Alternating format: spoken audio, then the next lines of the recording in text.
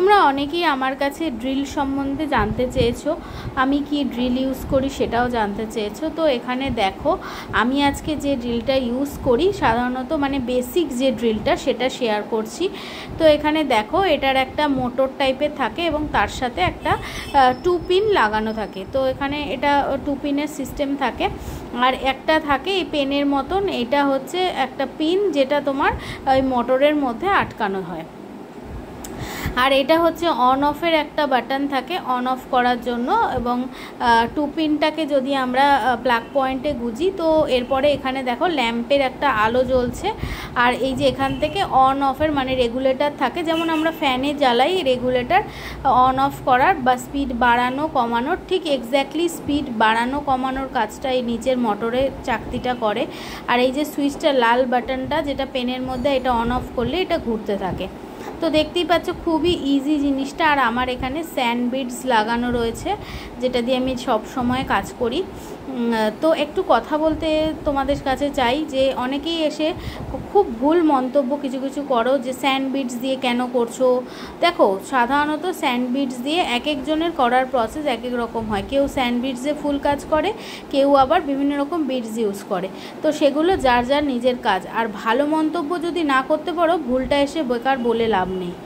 এবার চলে যাই আমরা বিডসের ব্যাপারে। আর ওখানে একটা মানে তোমার বাটন থাকে যেটা তোমার চাকতিটাকে আগে পিছে করানোর জন্য, মানে তোমার ফরওয়ার্ড করা রিভার্ট করা এগুলোর জন্য। আচ্ছা, এরপরে দেখলেই এটার সাথে এটা স্যান্ডউইচটা ইজিলি টেনে খুলে ফেলা যায়, আবার পরানো যায়। আর এই যে দেখো এখানে এক্সট্রা একটা আমাদের বিডসের এরকম বক্স দেয় যার মধ্যে বিভিন্ন রকম শেপের থাকে। তো এইগুলো খুব একটা ম্যান্ডেটারি না, কাজের জন্য কাজ করে দেখতে পারো, খুব একটা ভালো কাজে আসে না, সেই জন্যই স্যান্ড বিডস দিয়ে আমরা বেশিরভাগ কাজ করে থাকি। হ্যাঁ, তো দেখো এখানে এটা সেম প্রসেসে আমি ওটা জাস্ট পুশ করে ঢুকিয়ে দিলেই ভেতরে একদম চলে যায়।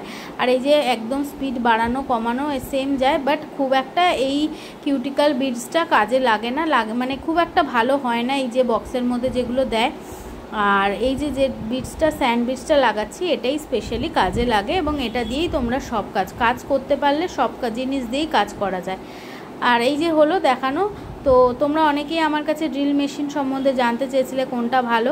দেখো এই ড্রিল মেশিনগুলো 1200 1300 বা কোনো জায়গায় 1400 টাকাও বিক্রি হয়, বেশ ভালো। আমি অনেক দিন প্রায় বছর দুয়েক কাজ করছি, বেশ ভালো চলে। হ্যাঁ, একটু ভাইব্রেট করে বেশি, বাট দেখো সস্তায় জিনিস পেতে গেলে তো একটু তো তোমাদের সেই জিনিসটা মানতেই হবে। আর এছাড়া আমার কাছে আরেকটা ড্রিল মেশিনও আছে সেমভাবে সেম প্রসেসে, বাট ওটার দাম হচ্ছে প্রায় ওই 4500-5 হাজারের কাছাকাছি। বাট ওটা ভীষণ স্মুথ, একটু ওয়েটি বাট ভীষণ স্মুথ, কোনো মানে যদি খুব হাই স্পিডেও চালাই তাহলেও হাতে ভাইব্রেট করে না। আর এটা একটু সামান্য করে, বাট কাজ করা যায় না এমন না, আমি এতদিন কিন্তু এটাতেই কাজ করেছি। তো আর এই যে এই বিডসটা এটা সেরামিকের বিডস, এটা দিয়ে কিউটিক্যাল এরিয়াটা খুব ভালোভাবে করা যায়। তো দেখো এটা দিয়ে আমি এই কিউটিক্যালের এরিয়াগুলো একটু বিডস দিয়ে করি, বাট ওই যে বললাম কাজের সময় তাড়াহুড়োতে স্যান্ড বিডস দিয়ে ইজিলি করা যায়। তো এই যে এই দিয়ে হলো আজকে ড্রিলের ইনফরমেশন।